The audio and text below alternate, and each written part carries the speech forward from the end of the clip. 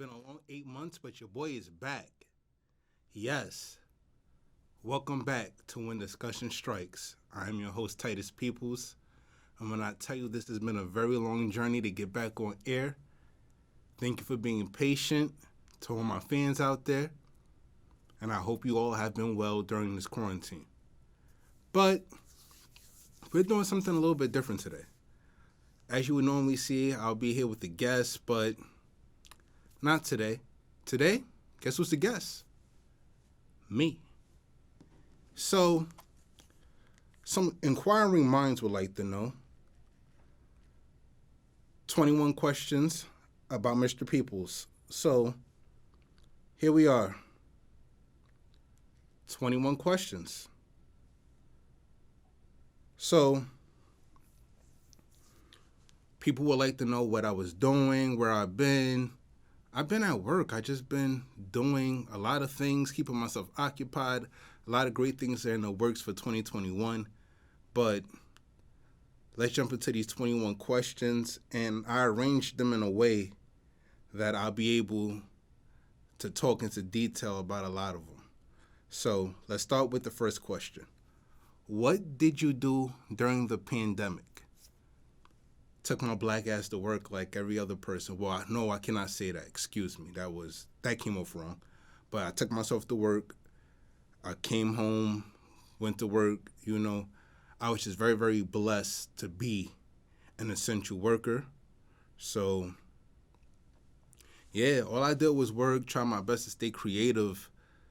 But as we all know, that can be extremely hard. And during these times, there's a lot of stress. There's a lot of stuff on the news that keep you on the edge of your seat. Like, just so much, like, on our brain, like, so much stress. So I try my best to relieve myself through art and memes. That's how I pretty much survived this quarantine. Like, the internet, for the most part, tried to keep me happy. So, yeah. So the second question is, did the pandemic affect your creativity? Absolutely. The pandemic definitely did affect my creativity. It affected my creativity to the point where it was almost like a whole month and a half where I didn't write anything. All I did was just go home, work, sleep, go home, work, and sleep. Because that's the only thing that was there to do besides watch TV and play PlayStation. And there's not enough PlayStation time in the world. Like, you have to go outside. You have to be amongst the people. So it definitely did affect my creativity.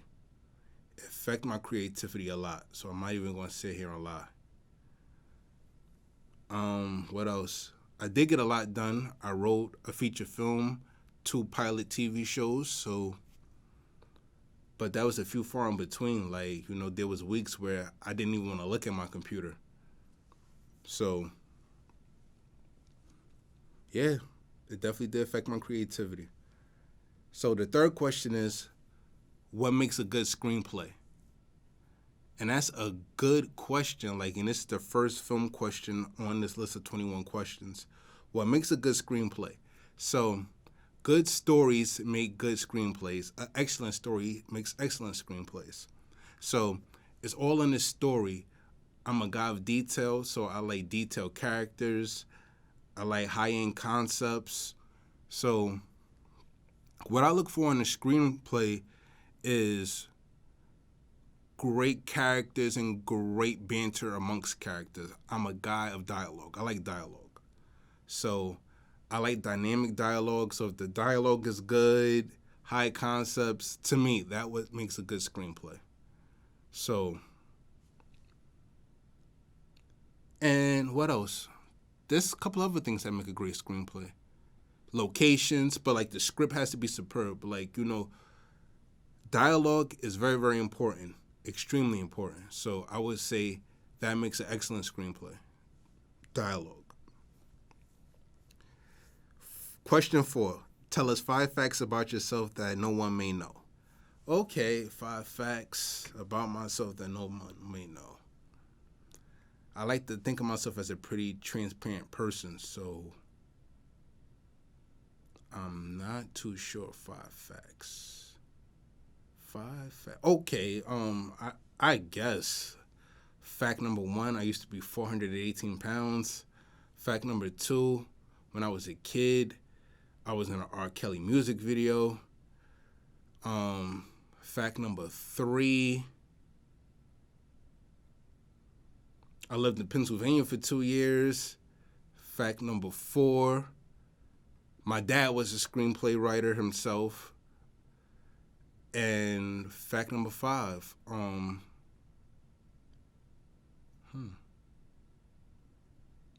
fact number five, I'm an amazing freestyle artist. So, like, like I'm not looking to get a deal or anything, but if you play a dope instrumental and if the vibe is right, I could freestyle for a good 25 minutes. So those are my 5 facts about myself that I don't think many people may know. 3 things that I can't live without. 3 things that I can't live without. So I'm a pretty simple guy, so I wouldn't exactly know 3 things, but 3 things that I know for sure that I can't live without is coffee. I love coffee. I drink a cup of coffee every morning. That's how I start my day. 5:30 in the morning. I wake up 5:30 every morning, and I start my day with a cup of coffee. So, coffee is one. What else? Kind of weird, but I like chicken. Like, chicken, is a very big part of my diet. I love chicken. So, coffee, chicken, and what else?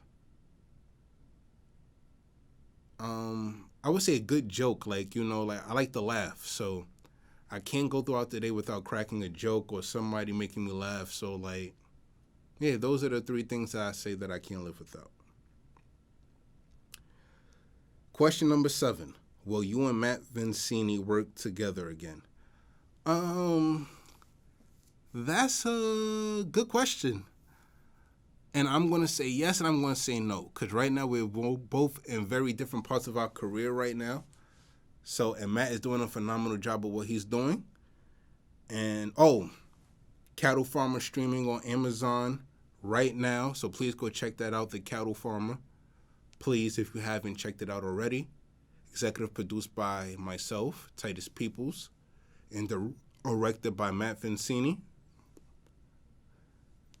We did the best we could with what we had. I think it came out good, but I'll leave that for you to decide. But back to the question. Yes and no. So, if the right project comes around, then yeah. But as of right now, we're both doing our own thing. I wish Matt the best. And Matt is doing his best right now. Matt's doing his thing. So shout out to Matt Vincini. Question number 8. Are you single? Very much so single, and I'm single by choice. Not single because nobody doesn't want me, but sometimes I feel that way. But yeah, pretty much I'm definitely single by choice. I'm a very busy guy. I go to work, film stuff, hopefully one day somebody will come into my life and I'll decide to make time for them. But yeah, definitely single. Question number 9. What are your thoughts on dating apps? I like them. They serve their purpose. They serve their needs. Well, yeah, I like them. They're cool. Like Tinder, OkCupid. Yeah, dating apps are all right. How do you start your day? How do I start my day? I start my day, I open my eyes, my feet touch the floor. I show gratitude for being alive, being amongst the people again, because it didn't have to be. Drink some coffee, hot shower, and I'm off to the races. That's how I start my day. There's no craziness. There's no craziness. I just wake up, shower, coffee, start my day. Do you have any pets, and are you a dog or cat person? Well, living with my grandmother, we were always surrounded by cats.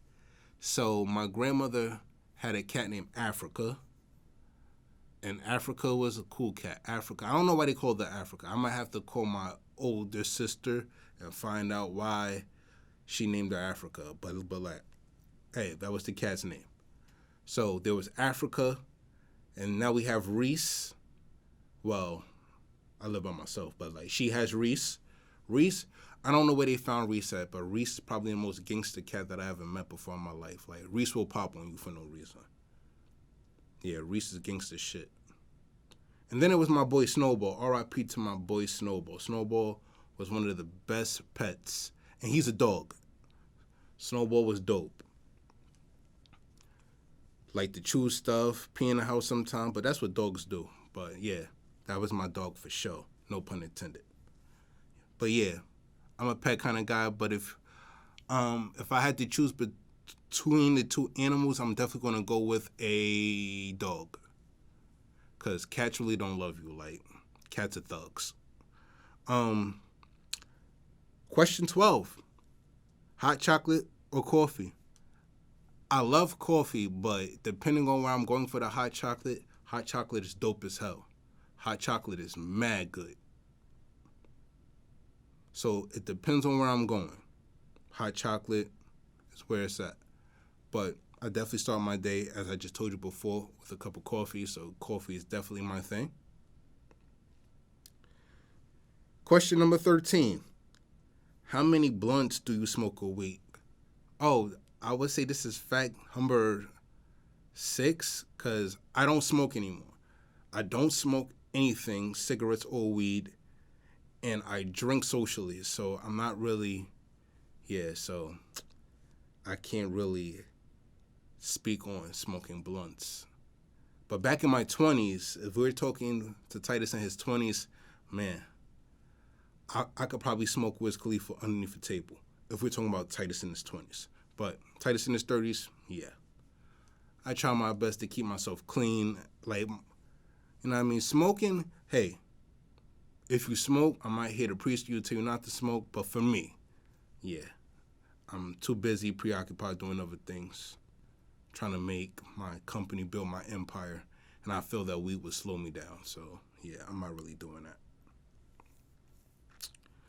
How did you lose weight? Okay, I feel I can go into it now. Some time has passed. So back when I was very large, very, very, very large, I went to the doctor and he was like, yo, bro, you ain't gonna make it if you continue to be this big. You have to make some positive choices in your life, change the people around you, change the places around you, if you want your health to be well. Thought long and hard about it, and then one day I just decided I was tired of being fat. So, yeah, I got some gastric surgery done. So, yeah. I got the gastric sleeve, hurt it like hell. So, what the gastric sleeve is they basically cut you open and take out, I would say, 85% of your stomach. So, roughly, like, my stomach is about like half the size of this cell phone. So all those mountains of food that I would be able to eat, like, nah. I'm literally eating very small portions of everything. When I go out to eat, I'm literally eating from the kid's side, like very small portions. Yeah, so for those that have always wanted to know how I managed to lose weight, got the gastric sleeve. And I feel it was one of the best decisions I made in my adult life, because with all that's going on now, I can truly say I don't think I would be here if I had not made that positive step forward and changed my health around. So that's how I lost weight. Question number 15. Titus, you're a popular guy. Were you always this popular? Absolutely not. Like, let's take it a step back. I went to Rice High School, class of 06. Shout out to all my Rice homies. I wouldn't necessarily say I was a nerd, but I definitely wasn't a cool kid either. Like, I was definitely a floater. Like, one day I'm chilling with the Pokemon kids. Next day I'm chilling with the comic book kids. And, yeah, I was just a table hopper. Like, I wasn't necessarily a nerd, but I definitely wasn't a cool kid either. So, and, yeah, I stuttered a lot too. So, yeah, that definitely didn't help. yeah, kids can be dicks. So yeah, I had to deal with that in high school. So I definitely wasn't a cool kid in high school, but I wasn't a nerd either. Like if I had to get it shaken, yeah, you better believe I was putting a pause on somebody. But that's neither here nor there. Again, shout out to all my rice homies. But to answer your question, no, I wasn't always this popular. But somehow the pendulum shifted. Like when I got to college, like the art institute, like I was just cool. Like you know what I mean. Like I was just a good person to be around. I was always cracking jokes and stuff like that. So it shifted. Like I became the guy everybody wanted to be around, and to this day I still find it kind of weird. Like yeah. So to answer your question, no, I wasn't always this popular. Did you always know that you was going to be in the film industry? This is question 16. Um, no. No, I didn't. So, as long as I can remember, I know I always wanted to do art. So that's one thing. I always known I was going to be in the art field. Somehow, some way, the bills are going to get paid by doing art. So as long as I can remember, even as a kid growing up, I wanted to be a children's book author. And I do have a children's book on deck, which I have to get my illustrator. Yeah, so that's neither here nor there. But yeah, I always knew I wanted to be an artist. But in the film industry, like the film part didn't come to, I would say I was about 14 or 15 when I was like really started crafting and really started studying like film. So even long before like film school and stuff like that, I took interest in film, but it wasn't until I was about 18, 19 where I was like, okay, nah, this is where it's at. So it took some time to get to the film part, but I always knew I wanted to be an artist. That part, absolutely sure of. For sure. Question 17. Top 5 horror movies. Okay, this is pretty simple. My top 5 horror movies are, so how do I do this? 5 being the best or like, all right, so I'm going to start from 5, but 1 is being like my favorite horror movie. So number 5, Jaws. Number 4, Halloween. Number 3, The Shining.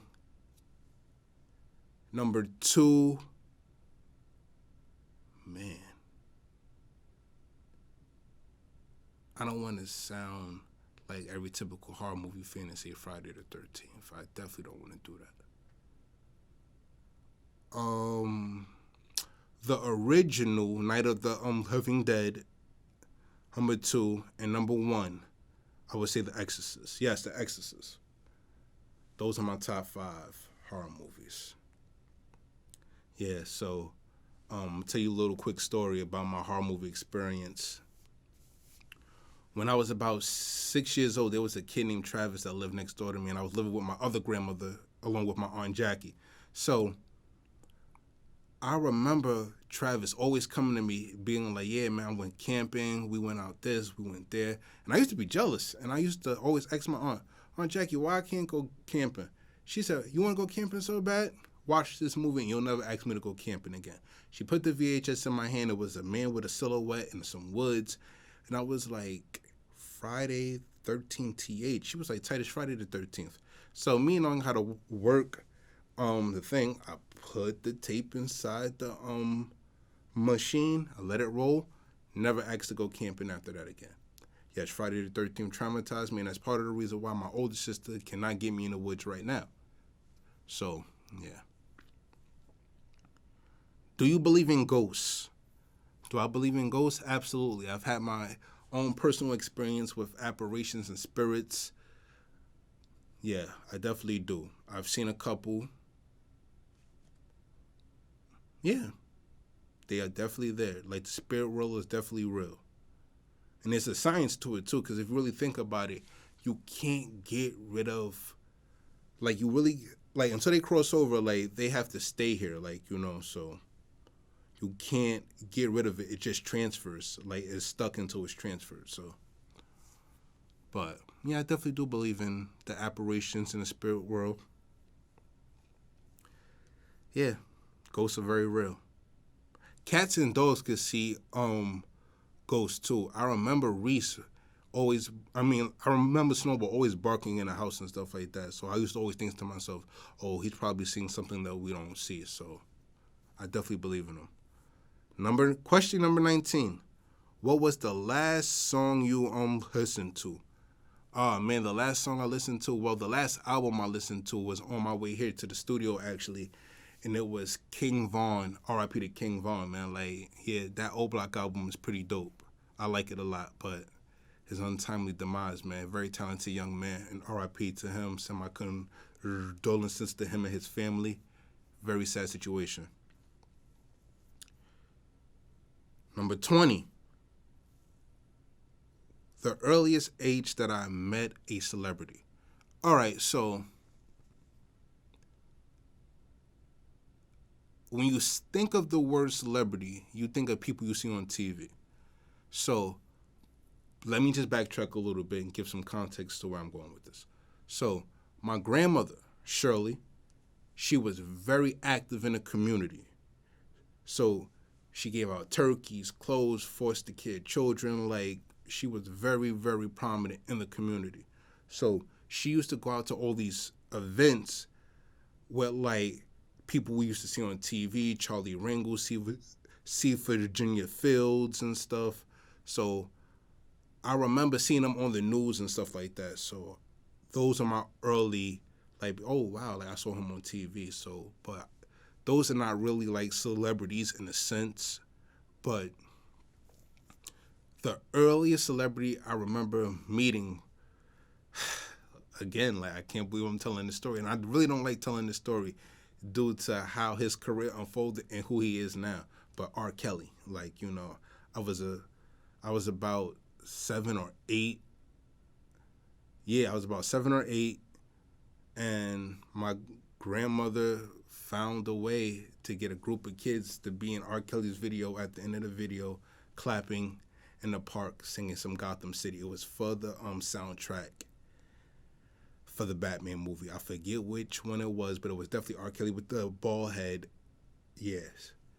And nobody knew at the time what was happening, so yeah, like, I really don't like talking about that, but because of who he is now. But the experience was cool. Like, it didn't really do much for me. It was just like, oh, okay, my grandmother, she, like, the casting agent or whatever, they needed a bunch of kids. I was a kid, so my grandmother said, yeah, go sit in the park, keep yourself out of trouble.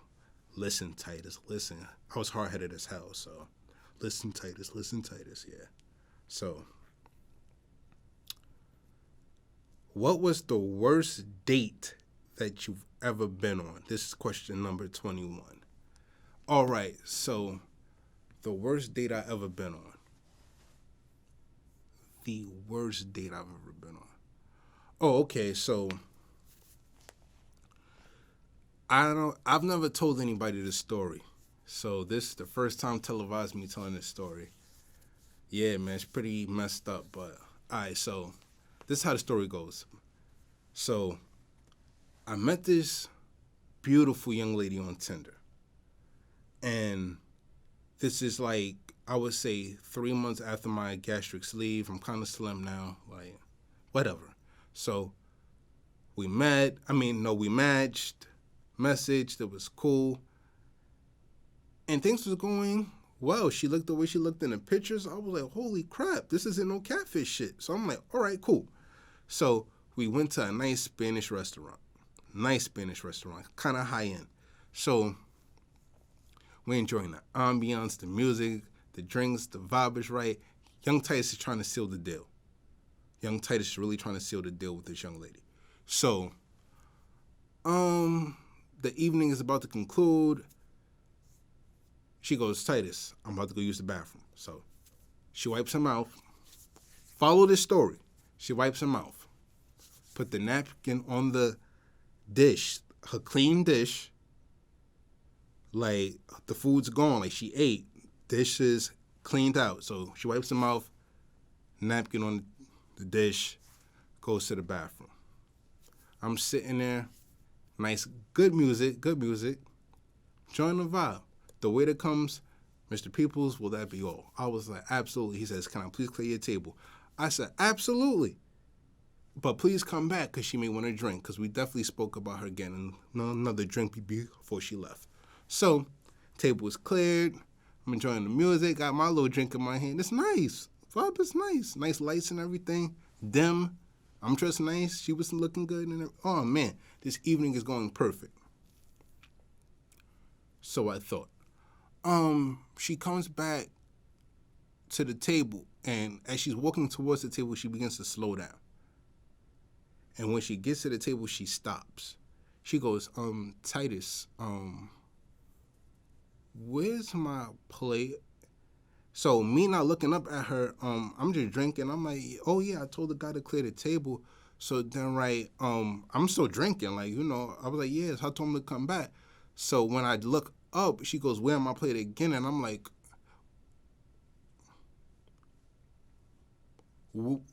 where's your tooth? She goes, oh, I took it out for a second and I put it in a napkin. So I was like, holy shit. So me being a gentleman that I am, when she immediately said that, hop up, make my way to the back, and I'm like, oh, bro, the dishes that you took from my table, like, did you really just scrape everything? He was like, yes, it was done. Everything done. Oh, man. That was the longest walk back to the table ever. So when I pulled up back to the table, I was like, yeah, shorty, that tooth first 48, like, yeah, it's missing. Like, it's done. Like, I'm so sorry. And then she began to get loud. And then I was like, hey, wait. I understand the circumstance of the situation, but I'm going to need you to relax. She calmed down. We sat. I got on the phone. Called the lift, got the lift. That was the quietest ride back to her place. And make things worse, now we're in the lift. She's irate. She's not looking at me. She's looking straight ahead. I'm sitting there like, oh, God, what do I do now? I'm thinking to myself, like, what do I do now? How do I ease the tension? So I just started speaking. I was like, yo, that spinach soup I had, fire. She goes, Titus, I don't want to hear nothing about no damn spinach soup. You threw my tooth away. So I was like, yo, I'm sorry. That situation. And guys, that is it. And I threw her tooth away. That was my worst dating experience ever. The absolute worst. I mean, her still cool, sorta, kinda. But that was 21 Questions with Titus Peoples. Until next time, peace.